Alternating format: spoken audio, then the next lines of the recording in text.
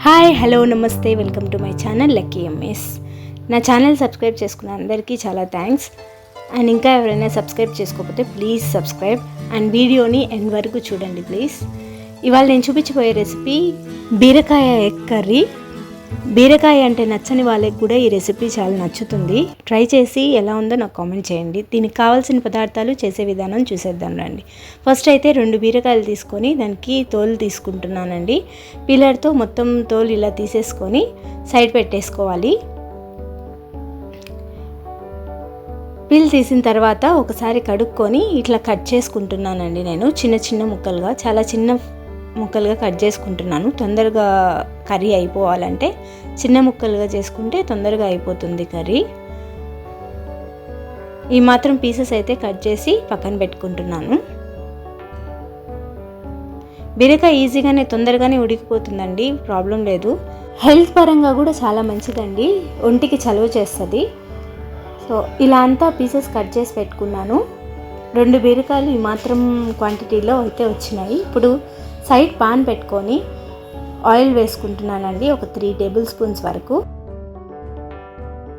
Oil కొంచెం heat అయిన తర్వాత దీనిలో 1 స్పూన్ ఆవాలు, 1 స్పూన్ జీలకర్ర వేసుకొని కొంచెం ఫ్రై అయ్యేంత వరకు ఉంచుకొని ఇప్పుడు దీనిలో ఒక 3 ఆనియన్స్ ఇలా చిన్న ముక్కలుగా కట్ చేసుకొని వేసుకుంటున్నానండి.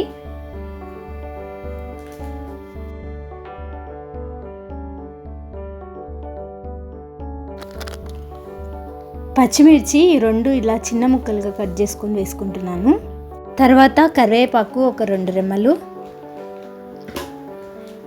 కొత్తిమీర ఒక 2 రెమ్మలు ఇలా వేసి మొత్తం కలుపుకుంటున్నానండి. ఇప్పుడు సాల్ట్ మీకు తగినట్టయితే వేసుకోవచ్చు. నేనైతే 1 స్పూన్ అయితే వేసాను, మళ్ళీ చెక్ చేసుకొని అయితే వేసుకుంటానండి. ఆనియన్స్ కలర్ కొంచెం చేంజ్ అయ్యేంత వరకు ఉంచుకోవాలండి. ఇప్పుడైతే చేంజ్ అయినాయి, నాకు ఒక 5 మినిట్స్ తర్వాత అయితే చూపిస్తున్నాను నేను. తర్వాత దీనిలో టమోటా చిన్న ముక్కలుగా కట్ చేసుకోవాలి. ఇక్కడ ఒక 2 టమోటాలు అయితే తీసుకొని ఇట్లా చిన్న ముక్కలుగా కట్ చేసుకొని వేసుకుంటున్నాను. టమోటా కూడా మగ్గాలండి, మగ్గేంత వరకు ఉంచుకోవాలి. టమోటా చూసారా కొంచెం మగ్గింది. ఇప్పుడు దీనిలో బీరకాయ ముక్కలు వేసుకున్నాను. కట్ చేసుకున్న బీరకాయ ముక్కలు అయితే వేసుకుంటున్నాను. ఇప్పుడు దీనిలో పసుపు ఒక 1/2 స్పూన్ వేసుకొని కొంచెం సాల్ట్ అయితే యాడ్ చేసుకోవచ్చండి. దీనిలోనే 1/2 టేబుల్ స్పూన్ కారపొడి వేస్తున్నాను. ఇది గుంటూరు కారం కాదండి, మామూలు కారమే. గుంటూరు కారం అయితే కొంచెం తగ్గించి వేసుకోండి. ఇలా బాగా మిక్స్ చేసి కాసేపు మూత పెట్టేసేయండి. ఒక 10 మినిట్స్లో బీరకాయ అనేది ఇలా మగ్గిపోతుంది. నాకు ఇంకా కొంచెం పచ్చిగా అనిపించి సాఫ్ట్గా ఉండాలని చెప్పేసి నేను ఇంకా కాసేపు అయితే ఉంచుతున్నాను.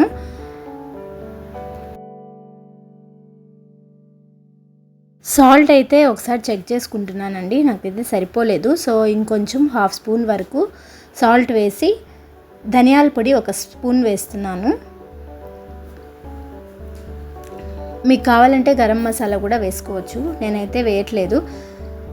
అలా కలిపి ఇంకాసేపు మగ్గనివ్వండి. కొంచెం గ్రేవీలా కావాలనుకున్నాను కాబట్టి దీనిలో 1/2 గ్లాస్ అయితే వాటర్ యాడ్ చేస్తున్నాను. వాటర్ మగ్గే లోపల చిన్న ప్రాసెస్ అయితే చేసుకున్నాము. ఇక్కడ నేను 2 ఎగ్స్ తీసుకున్నాను. ఒక బౌల్లో 2 పగలు కొట్టుకొని కాస్త అట్లా బీట్ చేసుకున్నానండి బాగా. ఎందుకు అంటే బీట్ చేస్తే ఎగ్ అనేది ఈవెన్గా స్ప్రెడ్ అవుతుంది కర్రీలో అని చెప్పేసి బీట్ చేసుకుంటున్నాను. బాగా బీట్ చేసుకొని పక్కన అయితే పెట్టేసుకుంటున్నానండి. ఈ లోపల కర్రీ కూడా బాగా దగ్గర పడిపోయింది. ఇప్పుడు ఈ బీట్ చేసుకున్న మిశ్రమాన్ని అంతా దీనిలో ఈవెన్గా స్ప్రెడ్ చేస్తున్నట్టు వేయండి. ఏమీ కలపొద్దండి, వేసేసిన తర్వాత అలానే ఉంచేసేయండి. కాస్త ఎగ్ అనేది కొంచెం కుక్ అయిన తర్వాత కలుపుకోవచ్చు. ఇలా ఉంచి కాసేపు మూత పెట్టేసుకోండి.